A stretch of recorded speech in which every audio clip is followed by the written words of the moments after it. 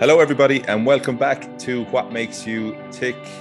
This season is season 3, and I'm very, very happy and proud to have a guest to kick off the season, a gent called Nicholas Heather. My brother, who's my twin, was not a match. My youngest sister was not a match, but my other sister, Sarah Jane, was 100% match. And I remember getting that news. I think after my second round of chemo, I'd just finished, and that was just the range of emotions, feeling that and knowing that you had a donor and it was my sister and she was going to be the one to save my life was kind of definitely all the emotions I suppose you feel when you get news like that, and speaking to her and letting her know the news. And it was an really emotional phone call, and one I'll kind of never forget. Nick and I came cross paths through mutual friends, and it basically got to a point where I learned about Nick's story, which is remarkable. Nick has had an incredible year, and I'm delighted that he's here to share the story with us. Nick, how are you keeping? You good? I'm doing well, thanks, Stephen. Thanks for having me on to share my story, and I'm excited to be here and be able to do it. Brilliant. Yeah, it's fascinating. I think what's been really, really prevalent is for everybody the last, say, 12, 18 months has been pretty tricky through the pandemic. But I definitely think that your story and your journey in the last 18 months or so has been phenomenal. So we'll get to that and we'll talk about it. But before we do get into that, I'd love to chat to you about the reason you moved to Australia. So you're based down in Australia. What was the reason you chose to leave the beautiful Emerald Isle and head over to Van Diemen's Land? Chose to move as far away as humanly possible from home. So it was coming up on 10 years now, 10 years in October since I left, so next month. And basically what it was, my girlfriend, now wife, Catherine, was going to Sydney to do a master's. And we'd probably been seeing each other probably 9 or 10 months, so not that long. It was a fairly fresh relationship, but she was going out to do a master's for a year. And then kind of coinciding with that, I had a few mates that were also going out to Sydney at the same time on the work and holiday visa. So kind of just thought, I'd been out here already a couple of family holidays, and my brother lived here for a year, and I loved it. So I kind of jumped at the opportunity to get out here. The plan was only ever to come for a year, but obviously that has not happened. I'm 10 years here next month. A decade later, so you just get stuck here, I guess. I mean, it is a great place. I feel like I've had a lot of opportunity here in life and also in my career. Not to say that wouldn't have happened back home. My only experience in my professional life is within Australia, so I can't comment on what it would have or could have been like back home. But I guess when we did leave Ireland, things weren't great from an economy standpoint. While Australia certainly wasn't hit as hard when we came out here, there was no trouble kind of for any of us, and there was a big group of us that ended up coming out, which was cool. No trouble for any of us kind of finding work, and it was kind of, I guess the first year was kind of just living as backpackers on a working holiday visa. We got a big house by the beach in Sydney, and I think there was about living the dream, one would say. It was about 8 of us in it, and always new guests staying. We had this like creepy kind of basement where people would come and stay. But it was a great house. We were right next to the beach. It was a fun time, and that kind of kick-started, I guess, the Australian experience and Australian way of life. And I guess from there, yeah, just kind of fell in love with the place and didn't want to leave. And now I guess I'm quite well set up here and have a couple of businesses here, and a lot of good friends here and a lot of good connections. Great. And would struggle, I think, to leave that behind, as much as I do miss home. And like you said in your intro, as tough as the last 12 to 18 months have been for everyone, it makes you kind of miss family even more. So it has made it that bit tougher. But hopefully with the pandemic hopefully getting under control, we'll have some visitors out here in the next while. Yeah, I think it's true. I think after 10 years, you become used to that type of lifestyle, and I think there's always the kind of the grass is greener, or the wonder of what it would be like back home, or if you did stay back home. But I think prior to the pandemic, having the freedom to come and go as you please would probably give you that the kind of the hit that you need of home in order to maintain your life away, you know. So absolutely, you're bang on there. And yeah. I got home at least once a year prior to COVID, and would make a point of making sure I did get back to spend a bit of time there.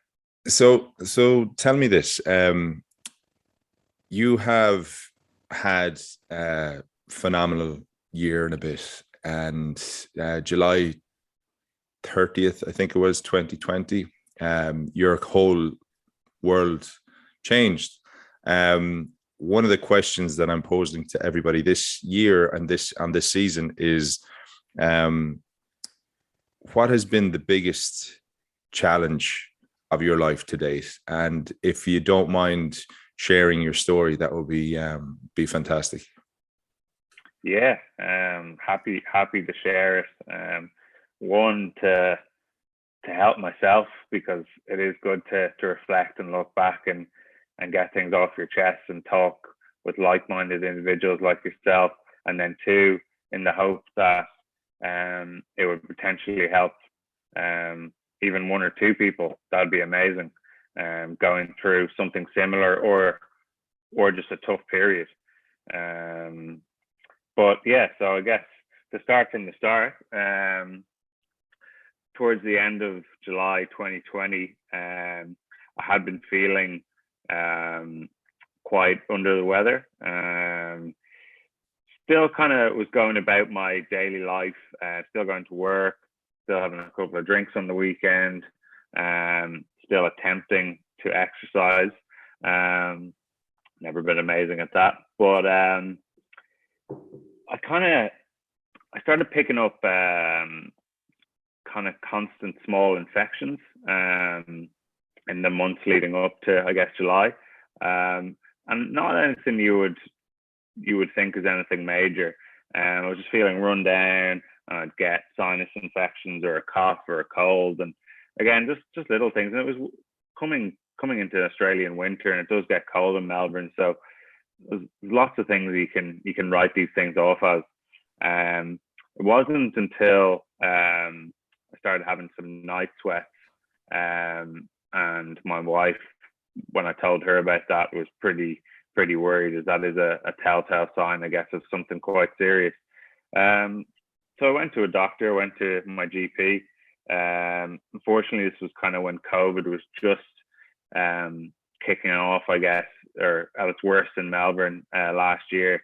So it was quite tricky to get appointments with people, or with doctors, for minor stuff. So I kind of ran through my symptoms with the doctor, and he was like, right, you might have COVID, need to send you for a COVID test. I had this kind of ongoing kind of cough and heaviness in my chest.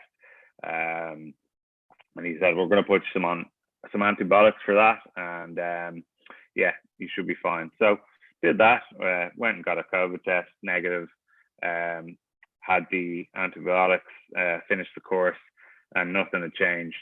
So I then went to a second GP, kind of thought, I'm going to try somebody else. This guy's, nothing against him, but I just don't think, I think there's something else at play here, and I want to get a second opinion. So I went to a second GP, and ran through my symptoms: the night sweats, the constant infections, the fatigue, a bit of kind of breathlessness as well at times. And again, I guess it was the times that we were living in. But again, he was, oh, it could be COVID or COVID related. I was like, well, no, I just got tested 2 weeks ago. Explained the situation that I'd been to another doctor, and he was like, oh, we'll just get a test.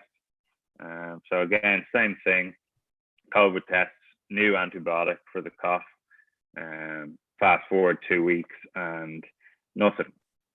So at this point, I'm a bit frustrated, and I kind of speak to a few friends, and so can anyone recommend a good GP to go to? And at this point as well, my wife had kind of mentioned you need to ask for a blood test just to rule some stuff out. So I went and saw this GP in South Yarra, close to where I live, and I did ask for a blood test. And kind of things started from there. So I went and got a run-of-the-mill blood test. The next day, I got a phone call from the GP. Oh, you need to come into my office and see me. And I remember thinking at the time, I was like, or saying to him at the time, I was like, oh, can you just tell me over the phone? He's like, no, this can't be told over the phone. You need to come and see me. So obviously that's a worrying thing to hear. I'm in work. I leave work immediately. I drive straight there. And I'm thinking the worst. What were you thinking? To this doctor's office. I was thinking something was severely wrong with me. I wasn't thinking specifically that it was going to be cancer, but thought there might be something seriously wrong with me at that point. So I go into his office, sits me down, and he says, okay, Nick, you have a form of blood cancer known as CML, chronic myeloid leukemia. And obviously that's a hitting thing to hear. You never expect to hear something like that. He goes on to say, luckily, it looks like we've caught this early, and CML these days is very treatable. Likelihood is you will be given a chemo tablet, and that will be your treatment, and you'll probably be on it for a long time, but you'll be able to live a normal life. So I'm thinking, oh, geez, all right, that's not too bad.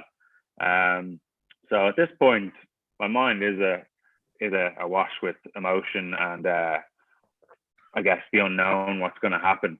But at the same time, I kind of walk out of there thinking, okay, it could be a lot worse.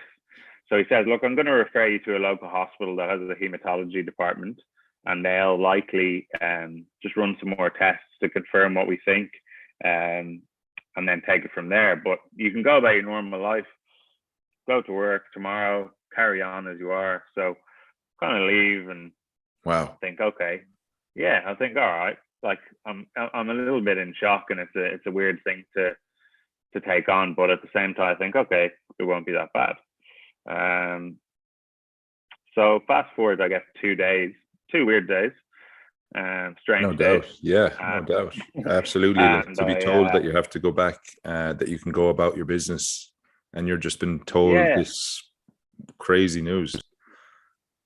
Yeah, it was strange. And I speaking to friends and family back home and telling them about what had happened and where we were at. Everyone was shocked, but a lot of the conversation and kind of rhetoric was, oh, well, at least it's CML and that's very treatable. Okay. And I was like, okay, great. Cool.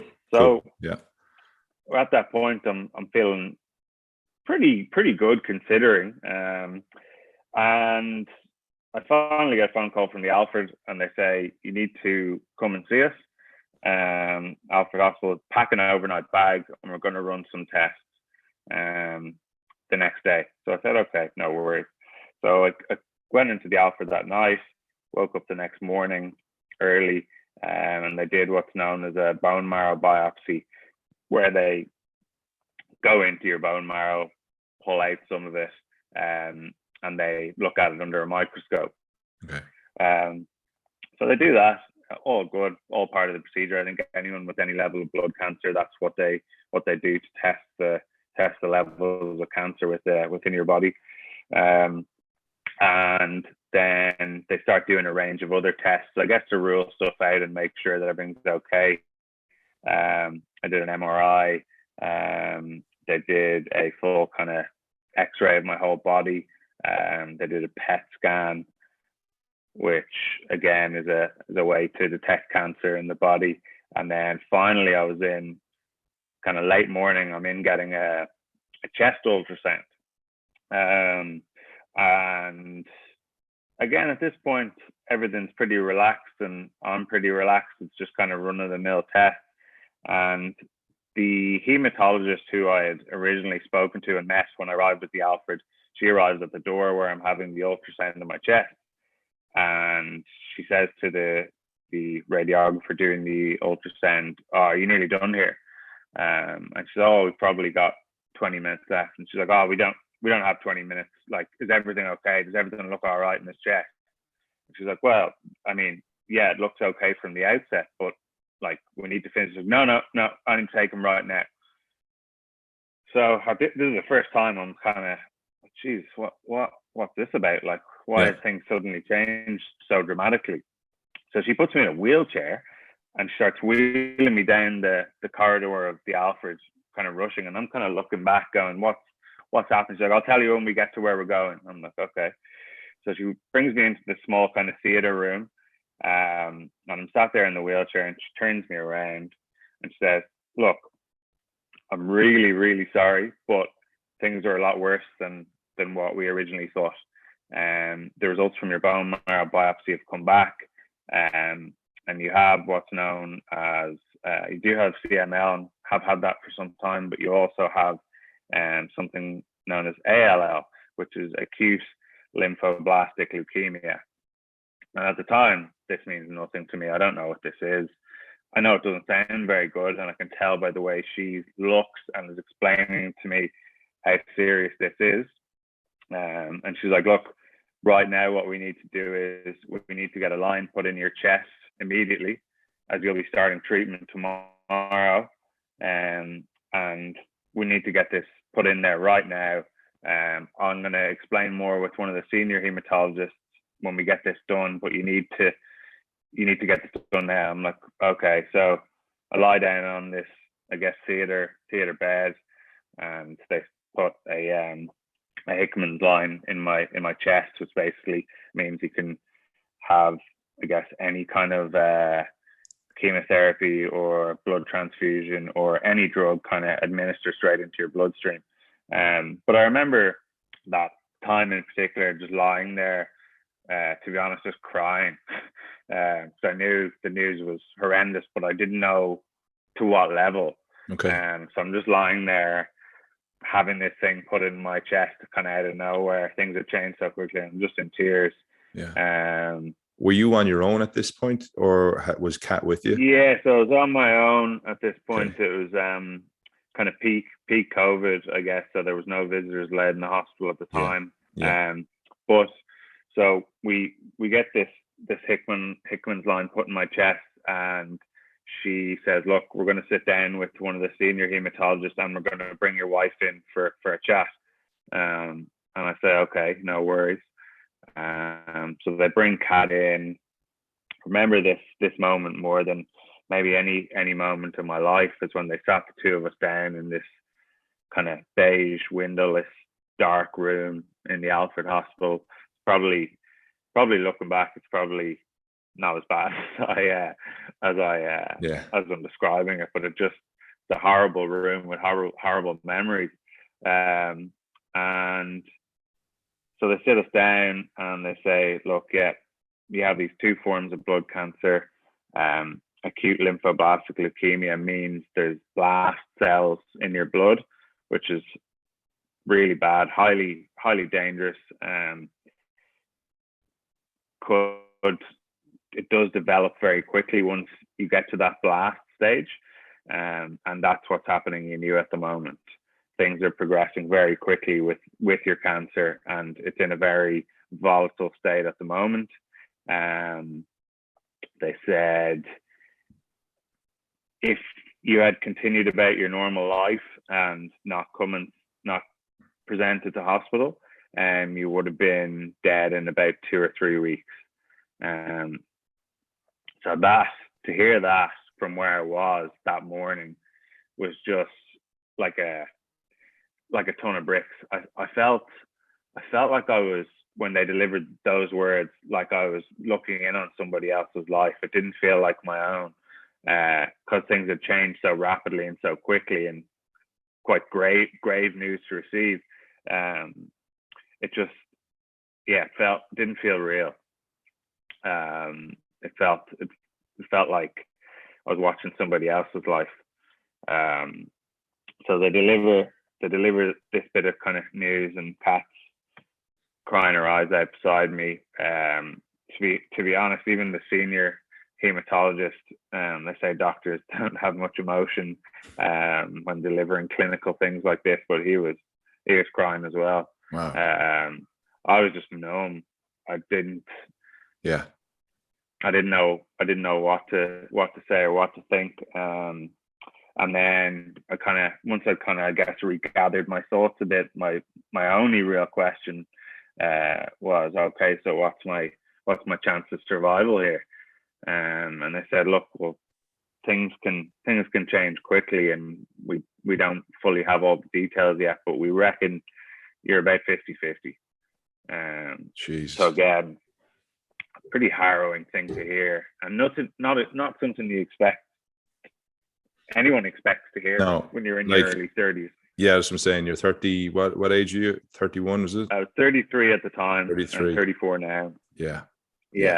Prime of your life, basically. With no prior health issues or anything. Pretty healthy guy. So to hear something like that, it shakes you, and it kind of shakes you to your core, I suppose. Yeah. But anyway, so we started treatment the next day, and started chemo the very next day. I did, I think, 22 days in hospital from then. Were you given a kind of game plan of what needs to be done and what you needed to do? Yeah. So they kind of mentioned their goal is to get me into some form of remission through chemotherapy. And then from there, given the aggressive nature of what my, I guess, blood cancer turned into, I would need what's known as a bone marrow transplant. But when they're telling me this at the start, they're like, look, that's the long-term goal. We need to find a donor first. We need to get you into remission first. We need to hope the chemo works first. There's all these bridges we need to cross before we can even get you to that point. But that's the long-term goal. So I guess I quickly, I probably did have, I'd say, 2 days where I felt incredibly upset and scared and just in complete and utter shock, like my whole world had been turned upside down. But that quickly turned to just pure determination and positivity to that I will get through this no matter what they throw at me. I'm going to get through this. I'm not going out like this. Brilliant. That's a huge mind shift, isn't it? Or a change in mindset. Yeah. I think it's a lot of the kind of like fight or flight kind of I guess feeling, and that was just what we went into. Like me and my wife Kat, like both went into survivor mode, and like, nah, we're getting through this, and didn't want any kind of negativity from anyone, didn't want anyone feeling sorry for me, didn't want any of that. I just wanted like positive vibes, was going to get through this, and that was that. There's no two ways about it. I didn't even, and I'll be honest, like, after those first few days, I did not even think about things not working or things not going well for me. I was sure they would. And I didn't let those, I guess, scary thoughts creep into my head or consume me. I wouldn't allow them to, and I wouldn't allow anyone around me to that I was close with and spoke to me a lot to to mention anything like that or talk about things like that, because I was like, no, it's not going to happen. I'm not letting that happen to me.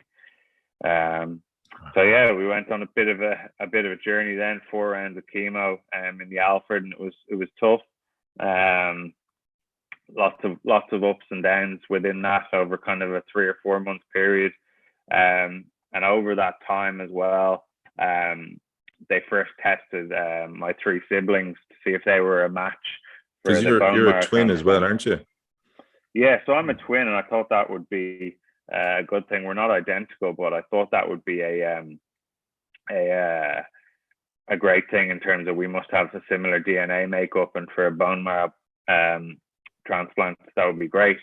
But unfortunately, my brother, who's my twin, was not a match. My youngest sister was not a match, but my other sister, Sarah Jane, was 100% match. And I remember getting that news. I think after my 2nd round of chemo had just finished, and that was just the range of emotions, feeling that and knowing that you had a donor and it was my sister and she was going to be the one to save my life, was kind of, definitely all the emotions I suppose you feel when you get news like that, and speaking to her and letting her know the news. And it was an really emotional phone call, and one I'll kind of never forget. How did you break the news? I just FaceTimed her, and we both kind of got into floods of tears and an extreme range of emotions. But it was a really nice moment, and there's not that many nice moments within a cancer journey, to be honest. So to have a moment like that is something that I'll never forget. I know she won't either. And I guess what we ended up going through together bonded us closer together. But there was the struggle of trying to get her to Australia first, which was, she was in Saudi Arabia at the time. And with Australia being so tight with their borders, and COVID being such a ever at play, particularly within Victoria at the time where I live, they were struggling to, even though she was an Australian citizen, Sarah Jane, she had lived here for a long time, they were struggling to get her, the hospital were struggling to get her a flight on the kind of lead up to the transplant. And this was the first thing that really kind of started to worry me. I had a transplant coordinator at the hospital, and she spoke to me once a week and would give me updates, but nothing of positive note, really. It was just like, oh yeah, things aren't great with the borders and this and that, and it's tough to get people in, even on medical grounds and that kind of thing. So it's quite scary to think that I need her here to get her bone marrow and save my life, but we're struggling to get her in. So at this point, the transplant coordinator even said to me, look, maybe if you go to the media with your story, maybe that will create some traction and might do something for you. Which, to be honest, I wasn't really in the mindset to hear or to try and do that myself at the time. I was just focused on what I was doing.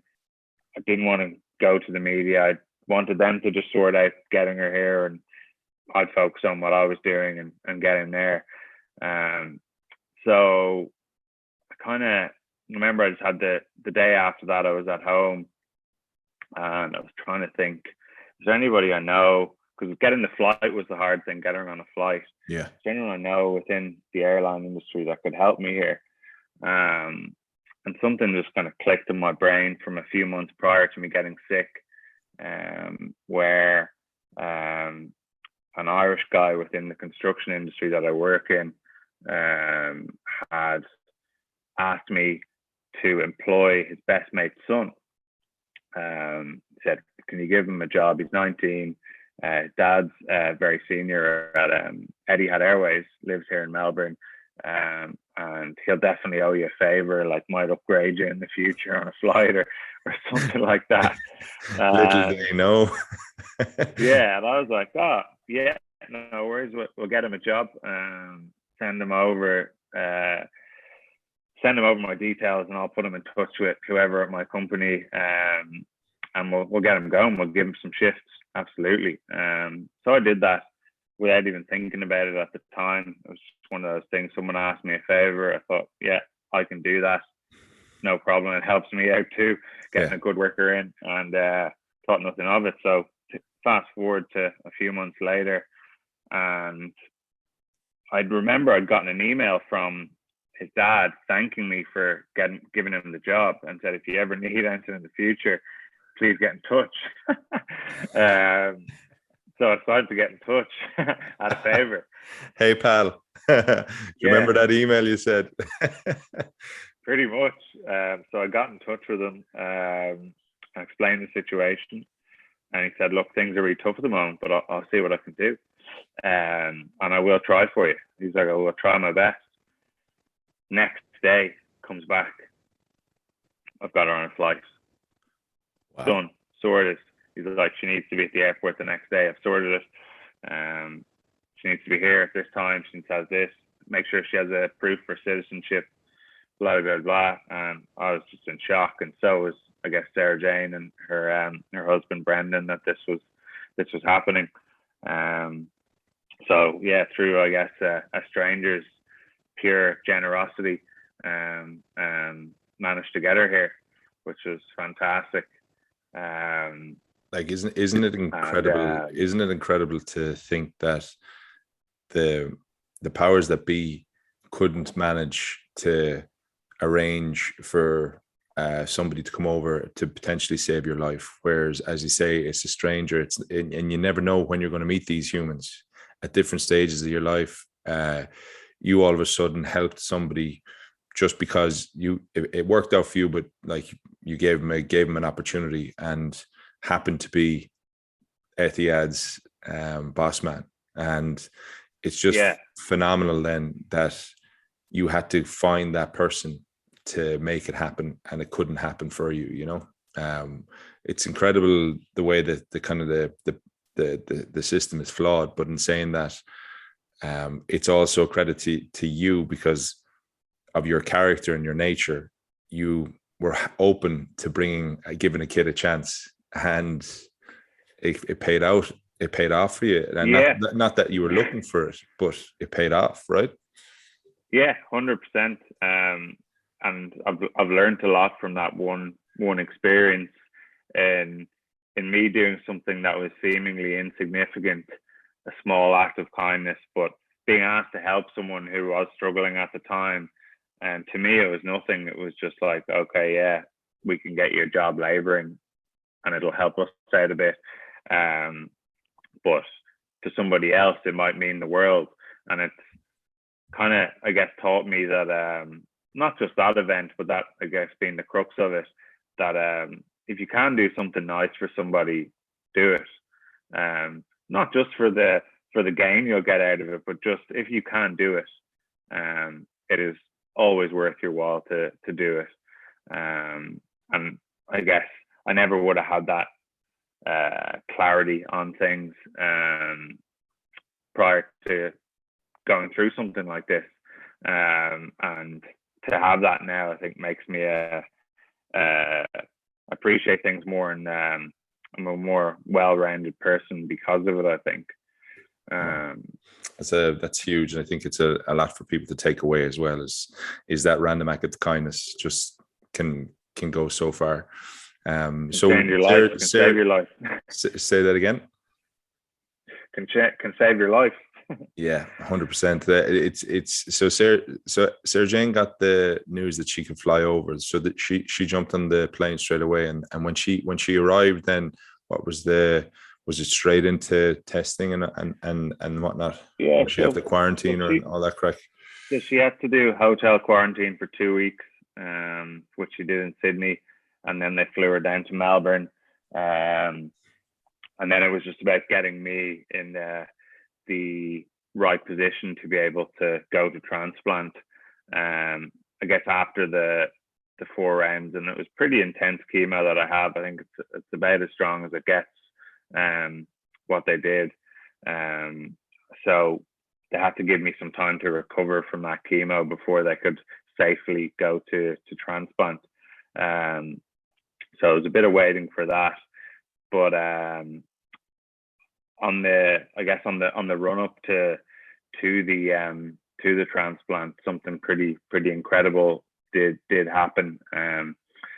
I feel like I am rambling a bit in terms of the story now, but I feel like there's a lot of things that are too important to not talk about. And one of those was Sarah Jane's partner and now husband, Brendan. He managed to get a flight a few weeks after her, and he went into hotel quarantine in Perth. And he came up with the idea that he wanted to do something while in hotel quarantine, 14 days, to raise awareness around leukemia and also do something to help me. So he came up with this idea between him and my wife, Kat, that he was going to run 152 kilometers on a treadmill in his hotel room, which is just crazy when you think about it. Yeah. But the idea behind it stemmed from the letters KYPU, which stands for keep your pecker up. You might think, oh, that's pretty strange. That's a random thing to have, but it was the 152 for KYPU. And that phrase came from early on in my diagnosis. One of my good friends reached out to John Aldridge, ex-Ireland footballer and Liverpool player, a Liverpool fan, big football fan, and had a connection through someone. Said, look, could you do a video for my mate? He's in Australia, he's a big Liverpool fan, Irish bloke, and big fan of yours back in the day. Anyway, I got this video through from Aldo, and throughout it, he just kept saying, keep your pecker up, lad, keep your pecker up, lad, you're going to get through this. And that kind of became a thing between me and my mates and my family and my wife. That was kind of our like go-to thing, like keep your pecker up, kind of like a positive mindset, like just a phrase that we associated with the journey we were all on, and kind of like a sign off at the end of like text messages or whatever. Just kind of keep your pecker up, like you're going to get through this. So Brendan and my wife came up with this idea to do the 152 for KYPU, and in that, he would run 152 kilometers in his hotel room. At the same time, raising funds for the Leukemia Foundation, which is here within Australia, and they do some fantastic work. And then also raising some money for me as I was out of work, as was my wife had stopped work to kind of care for me through this period. So it was a pretty amazing gesture. And what it turned into was fantastic. Like couldn't get my head around how many people got involved in it. Other people getting involved out running, cycling, walking, whatever. And I had a lot of friends and family that did the full 152 kilometers, like incredibly over the 2-week period, along with Brendan, and to support me. And I had people getting involved that I didn't even know. It was truly incredible. And the fundraiser went through the roof. I still don't quite understand as to how it got to the level it did. But then Brendan ended up raising $276,000 for the Leukemia Foundation. Like frightening amount of money. It's incredible. And I remember when we were doing the preamble and just having a chat about this episode, I remember saying to you, like, that's an absolute reflection on you as a character, though, as well. And I think you should be proud of that, and you should be very much proud of the fact that what you do in your everyday life seems to be just normal for you, right? Like giving that kid a job, right? And that's just the way you are and the type of character you are. But I think what that amount of money and those amount of people taking part, and I remember Imogen and all her pals taking part as well. Yeah. But I just think that is a huge reflection on you as a person, and you should be super proud of that. And I think what it also shows is that the effect your story and you as a character, the positive impact you've had on people, and they call you Mr. Positivity, right? So like it's how you've approached this whole the illness. It's how you took on every day with a positive mindset, and removing any negative kind of connotations. And I think, like, for me, listening to your story, for me, when I heard the news about what you were going through, it was so easy for me to turn around and go, what can I do? How can I help? And obviously there was tons of people there and we hadn't met at that time, but I remember saying it to Amy. I was like, how can I help? What can I do? Because of the character that you have, or the impact you've had in their lives, so you should be really, really proud of that. And I'm not trying to, I don't think you're the type of character that will kind of go, oh, look at me. But I just think it is important to take a step back and just kind of go, fuck it, you know what? That's incredible. And that's because I'm doing obviously something right, So it's yeah, no, I definitely do feel like there's some truth to what you've said there. Certainly not going to turn around and say, yeah, I'm an amazing guy, and that's I'm the kindest guy on earth, and that's the reason this happened to me. I'm definitely not. But I guess there needs to be some reflection in terms of how I conduct myself and handle myself, and that people did want to do whatever they could to help, and this was a good outlet for that. And I'll be forever grateful for Brendan for getting it going, and Kat's involvement as well, and then for everyone who donated to the fundraiser and also took part. Like, forever indebted to those people for doing that and helping me. It was a massive morale booster for me just before my transplant to see all this happen through social media and see the fundraiser go up and up and up. And it was just a massive boost just before what was going to be, I guess, one of the toughest things I was going to go through. So let's actually get onto that. So let's talk about the transplant and the days obviously leading up, but also the days following, Yeah. So leading up to it, I had the date set for my transplant was December 11th, so just before Christmas. And what they do is they basically, through transplant conditioning, they basically wipe out your previous immune system through full body radiation and extremely heavy chemotherapy mixed together, and they do that over a 6-day period. So I got admitted about 6 days before the transplant date, and yeah, they hammer you with radiation and chemo. And look, it's not nice. It's particularly the radiation. It was a pretty horrible experience, but I knew it was going to be tough, and I knew it wasn't going to be easy, and I knew it was going to get me to a place I needed to be, and it was all part of the process. So it wasn't that bad. Like, it was tough, but it wasn't that bad. I guess probably my mindset definitely helped through that period.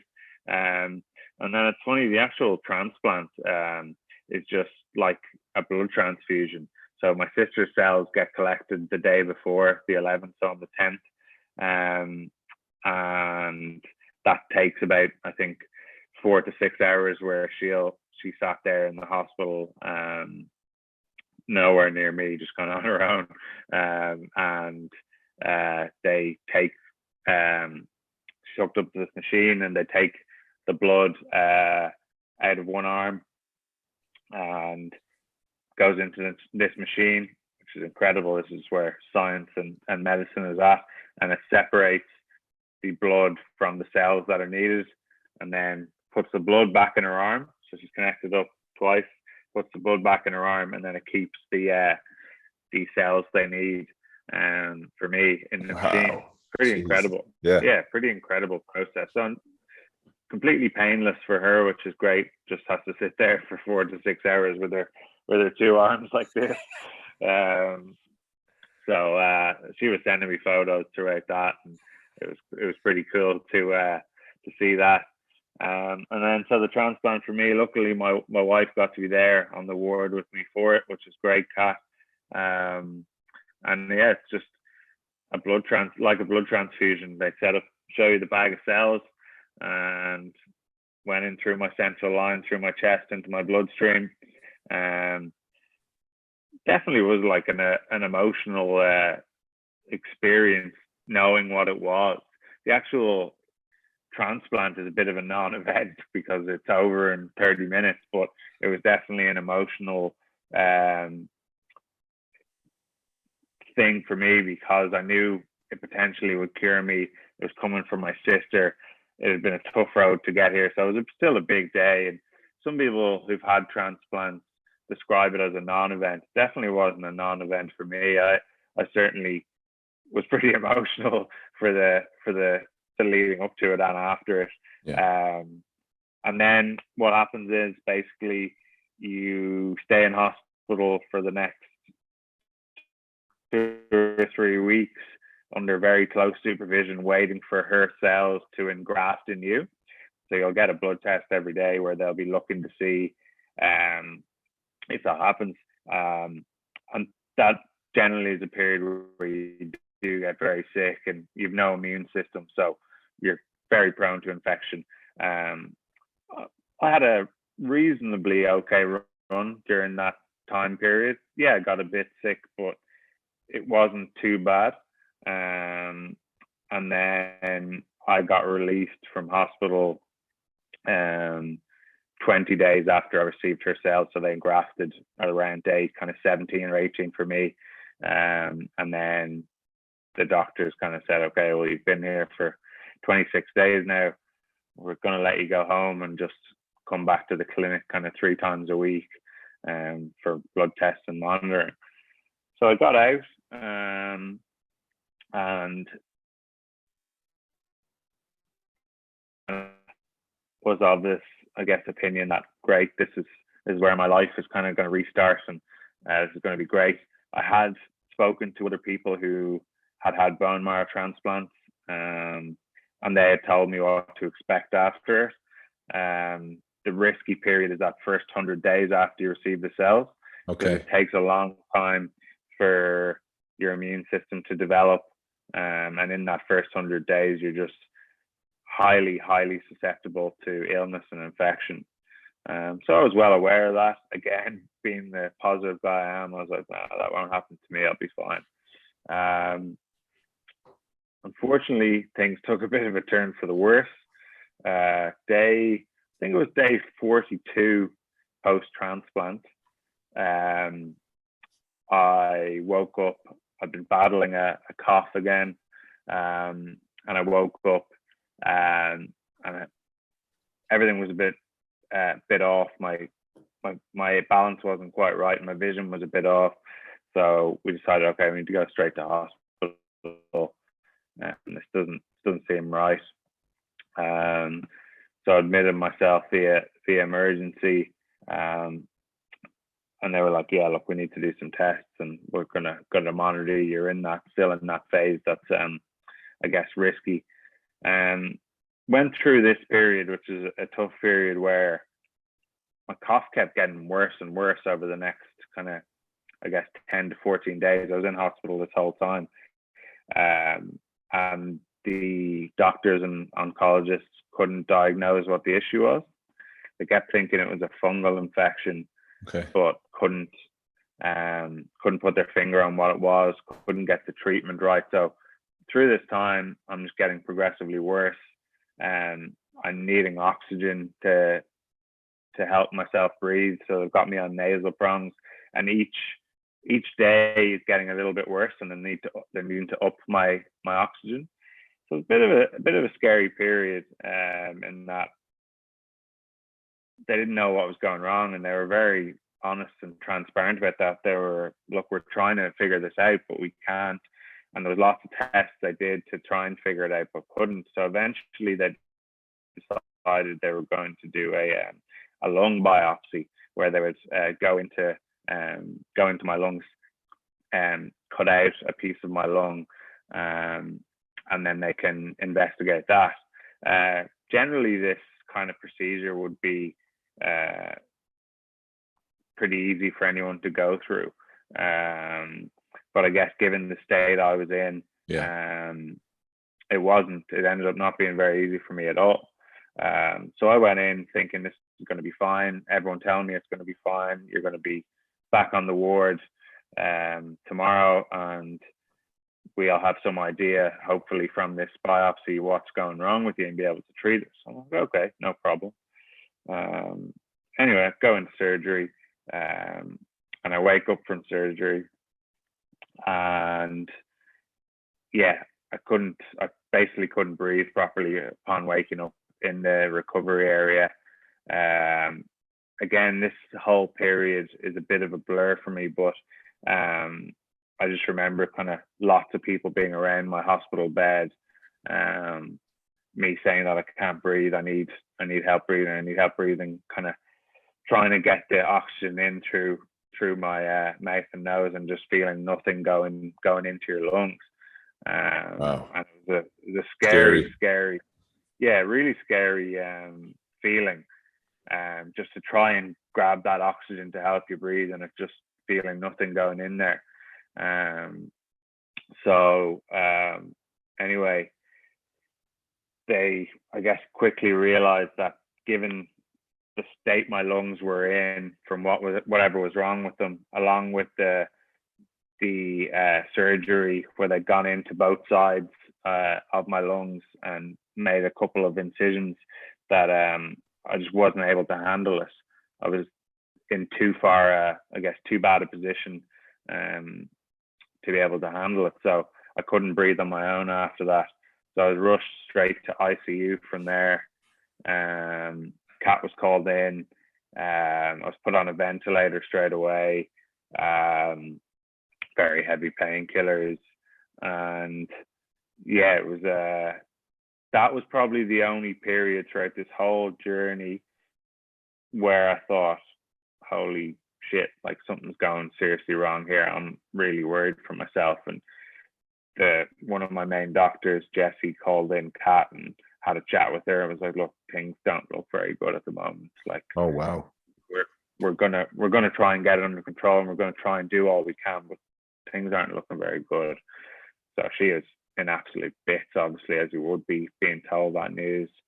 And anyway, so I'm in ICU. I'm on a ventilator to help me breathe full time. And yeah, I'm just kind of lying there thinking, how am I going to get through this? This kind of mad. I ended up being on the ventilator for kind of 5 or 6 days. On around the kind of 3rd or 4th day, the doctors came and said that they had the results of the lung biopsy, and I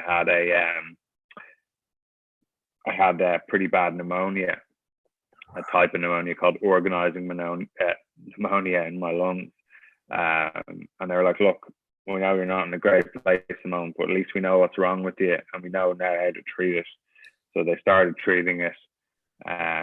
And luckily, kind of 5 days on the ventilator, the 6th day, things started to improve. I only needed it maybe for 15 hours of the 24 hours. Yeah. And then the next day I only needed it for 12 hours, and my level started to improve. Okay. in terms of they could see how well how my oxygen was doing and my intake, and eventually, kind of after a few days, I got off the ventilator, and just back on normal oxygen prongs. And at that point, things were starting to look a bit brighter. Wow. And I remember seeing photographs of you in the state that you were in, obviously with the ventilator, and I must yeah, say, you look a very different human now than you did obviously yeah, back then. Where but you could see how serious it was with all the machinery, and I remember reading your blog on the topic as well, and you've some interesting photos on that as well. But I'd say the relief to know that you were improving and moving away from the ventilator and moving away from depending on oxygen from the machine was then. Did you find a change in mindset then again yourself, where you were focused on being that positive mindset coming back in when you started seeing those improvements? yeah. There definitely was. It was definitely a more challenging experience, I think. Even having been, I guess, Mr. Positive and Yeah. Mr. kind of, I'm going to get through everything. This experience did kind of rock me a bit more than expected, and it was tough. It was a tough period. Even after, I guess, things improved and I eventually got off the oxygen, I still spent, I think it was during that time, 2 months in hospital. During that whole time period, I think I'd had the lung biopsy around week 2 or 2.5. So I still spent a good kind of 6 weeks in hospital after that recovering. At which point I needed to learn to walk again as well, because during that time in ICU, I was completely bedbound, could do nothing for myself. And even just when I kind of came off all the oxygen and everything, even trying to step out of bed and take a step was a giant hurdle, and something that took everything in me to try and do. And I never expected to go to that level, but it's amazing how quickly your body can degrade when you're just in a hospital bed and you can't move for a few weeks. And I did need to kind of start again, and learn to walk, which was a challenge in itself. And I guess it's a scary time as well. Just as you never expect to have to, no one expects to have to go through that, especially given what I'd already been through. Yeah. I don't think I was mentally prepared for to go through something that tough. I don't think, given I thought I'd been through the hard shit already. Yeah. Yeah. And so that was when considering now we are in the latter end of 2021, when did that happen, and how are you now? So that happened in that was March of this year. And I think I got discharged from hospital towards the end of March.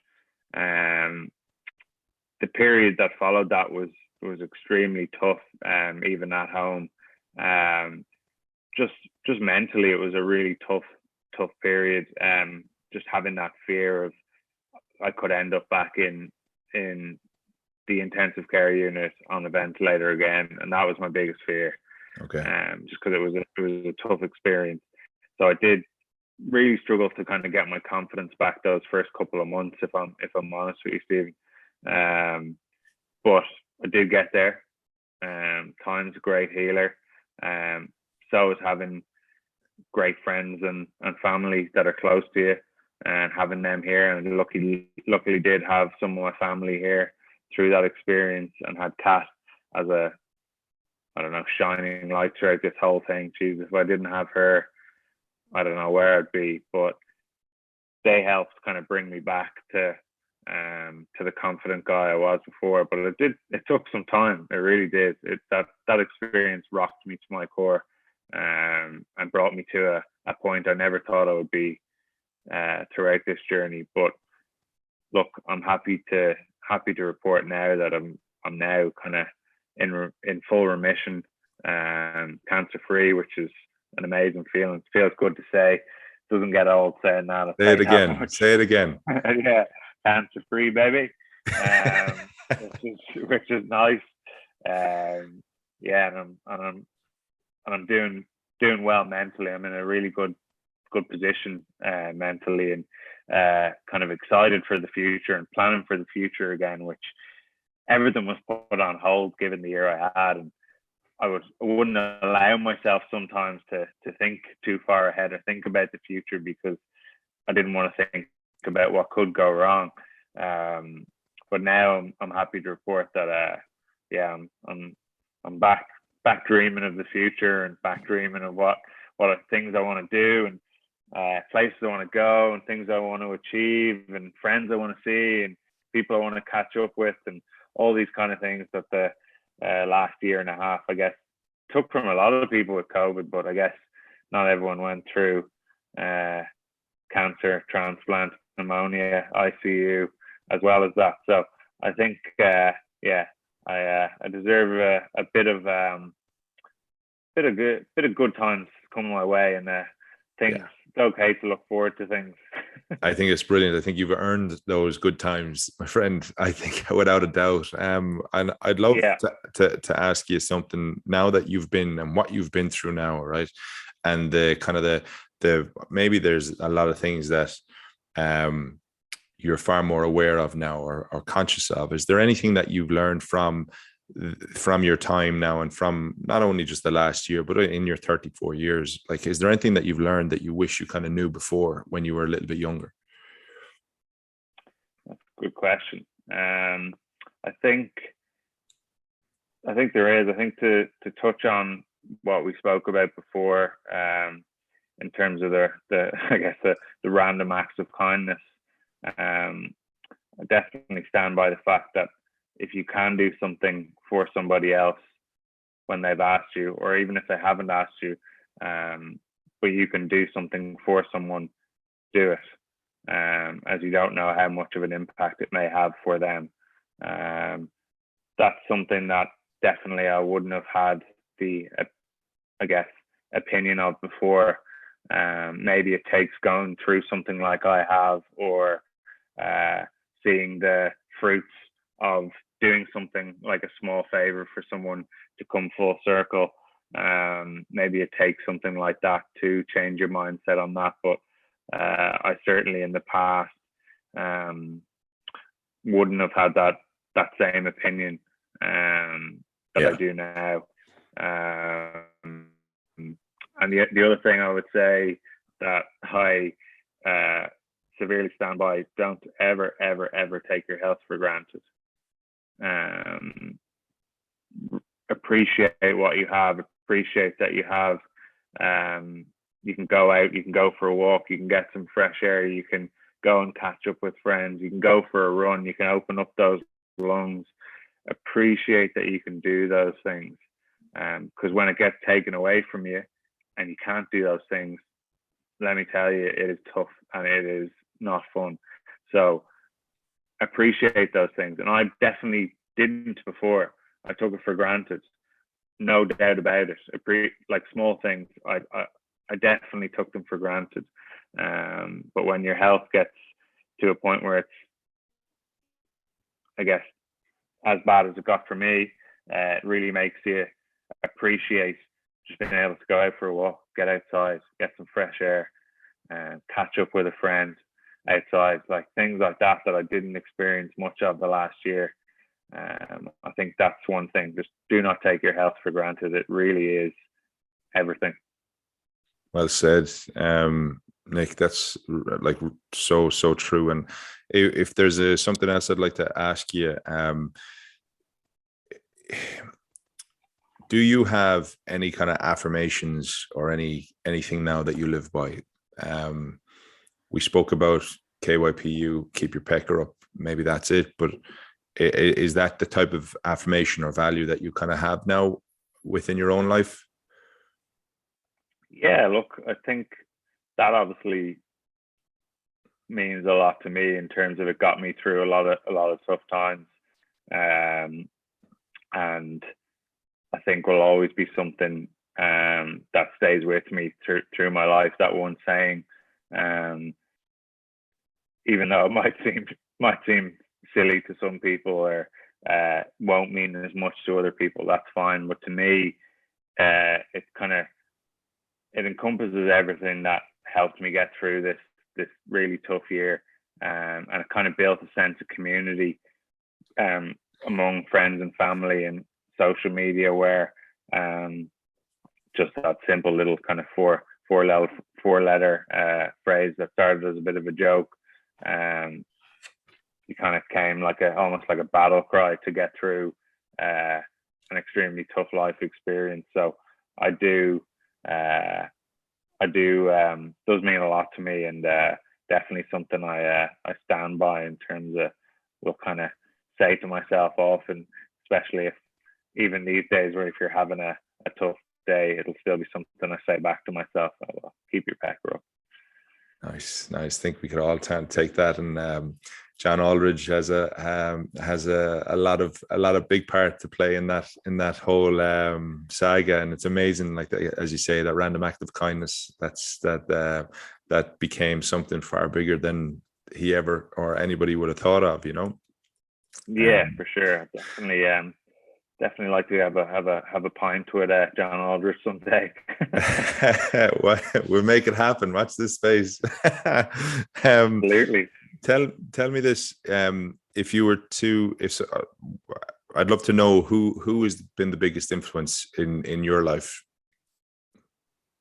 I would say for sure, got to be my wife, Kat.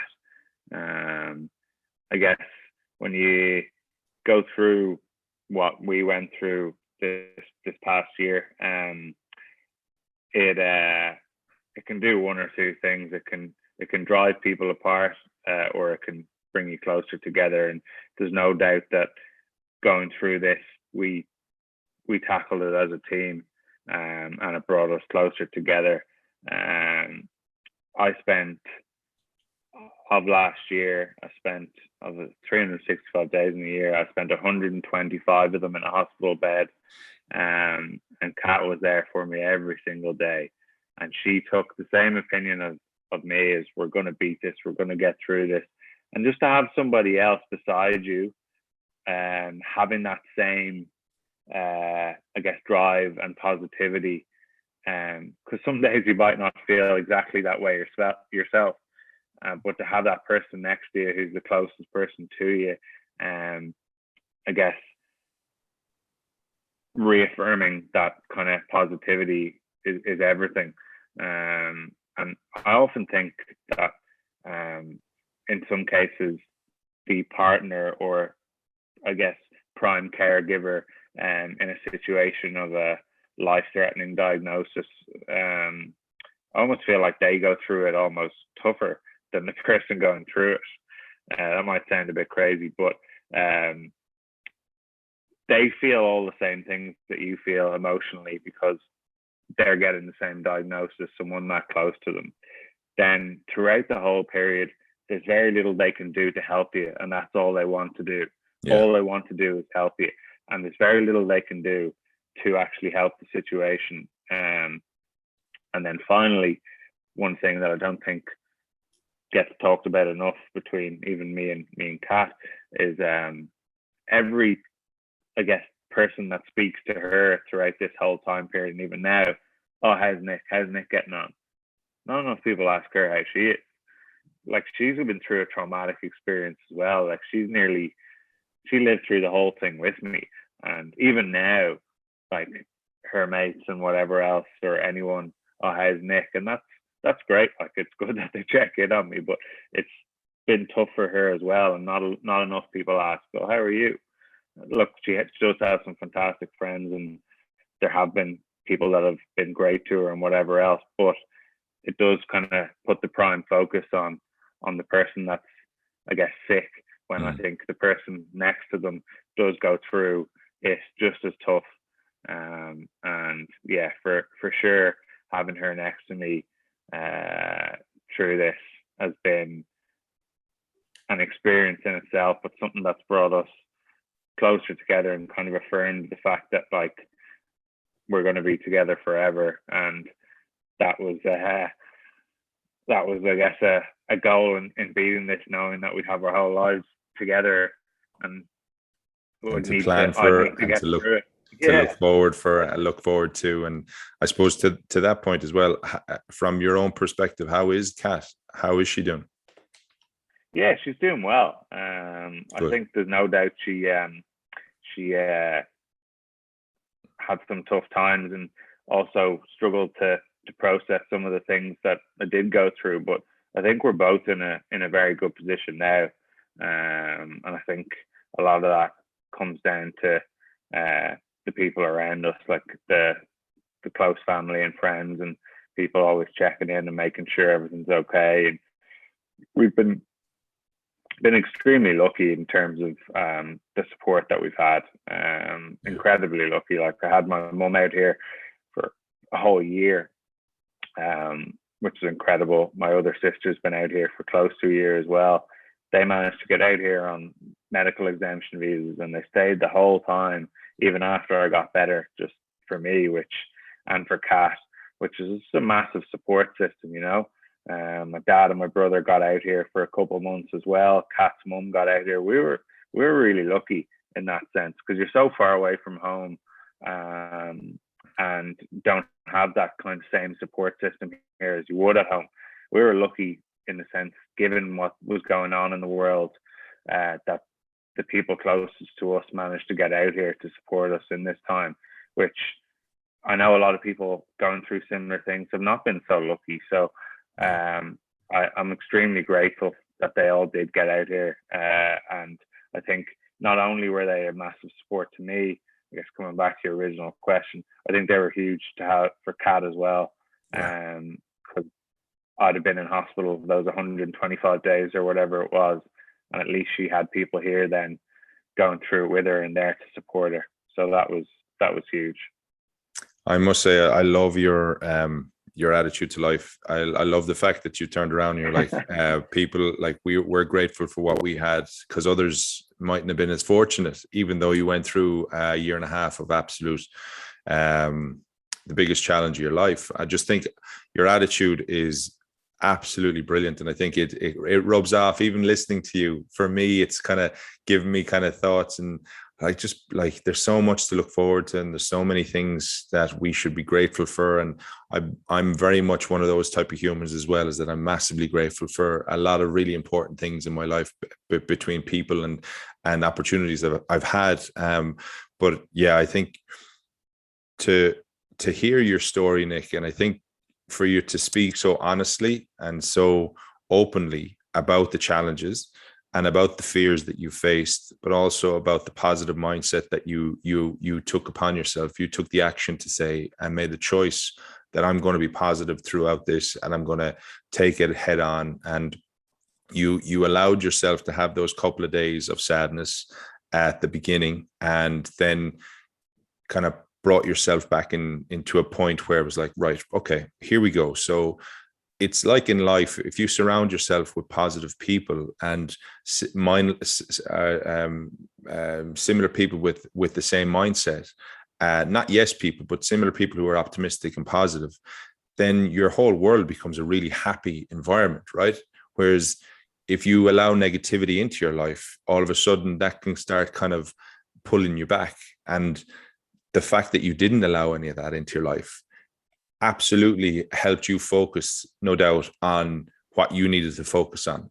And having the support that you had through Kat and through your family gave you the kind of, and I don't want to put words in your mouth, but from what I'm hearing is it gave you the strength to be able to just be so determined about what it is that you needed to figure out. And like I'm super, super happy that we've crossed paths, and I know it's only virtually at the moment, but I can't wait to meet you properly and buy you a pint, hopefully one of the days. But I think your story is incredible. If we look to the future, Nick, like what lies ahead? What are the the things that you have planned or that you're looking to kind of to achieve. I suppose take this moment to tell people what it is that you want to do, or create awareness about KYPU. Or Sure. The mic is yours, my friend.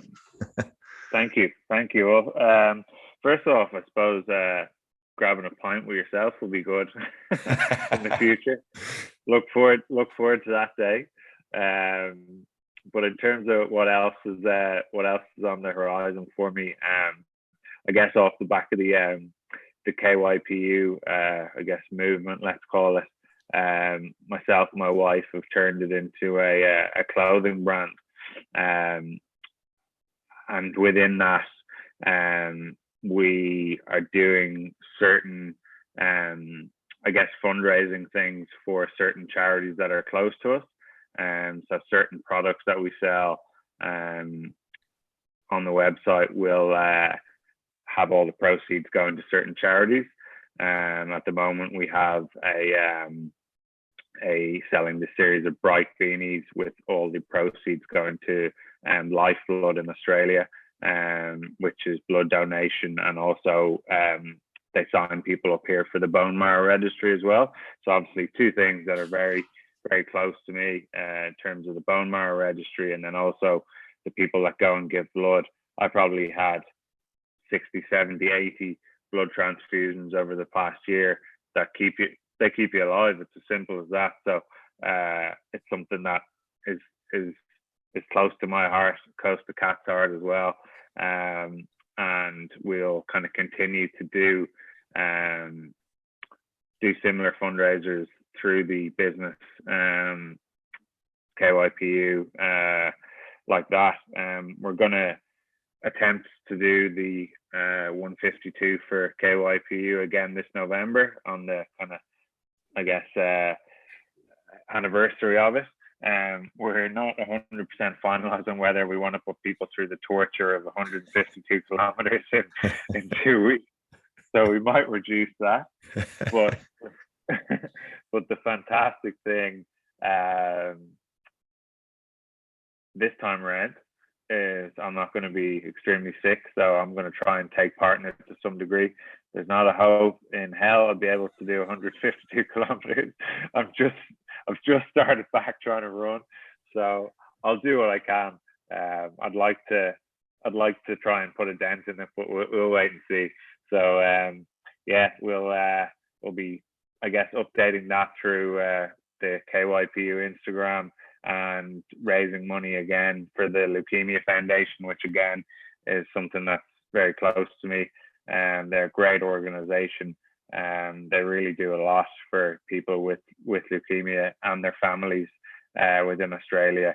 So it's something that's I guess a charity that I want to continue to support and raise funds and awareness around long into the future. So yeah, looking forward to taking part in that, and hopefully getting a lot of people involved again. I don't imagine it'll be as big as it was before, as no one's dying of cancer this time. But listen, I think you've got a big database to engage with anyway, considering the amount of people that did take part. So yeah, that's brilliant, absolutely brilliant. And is there anything else then that's on the horizon? Just to be honest with you, just love to get back to Ireland. It'll have been what's it been, 2.5 years now since I've been back. And again, like I said, I've been lucky that I have had family out here, but there's so many good friends and other family members back home that I'm just dying to see after the year that I've been through. Yeah. So whenever we can, whenever Australia decide to be a bit more open with their borders, we'll be heading back home and spending a bit of time there. Australia is our life now, but I want to spend a bit of time there, a bit of quality time with some family and some mates, and just kind of not make it be a rush trip back. Spend a bit of time there, spend some quality time with everyone. So that's I guess a dream for the future, just to get home and spend time with people. And at one point, it looked like that probably was a long shot. So to be able to to look forward to that now is just it's a great feeling, to be honest. Oh, it's brilliant. It's absolutely brilliant, Nick. Your story is incredible. I'll put all the links and the likes into the show notes. And yep. I think like for me, just thanks a million for sharing the story. Thank you so much for being so honest. And yeah, the future is bright, my friend. Like you've earned that now, and you've got a lot of fun times ahead, I'm sure, between yourself and Kat and all the mischief you're going to get up to, and then also all the messing that you'll get up to when you come back to Ireland. But thanks again, Nick, for being on. What makes you tick? Appreciate it. No, thanks for having me, Stephen. I think I've enjoyed telling the story with you, and I feel very comfortable in doing that, and I'm really glad that you did ask me to come on and do it. I'll take a lot from this myself, and like I said, if I can help one or two people with this story, it'll have been worthwhile. So thank you.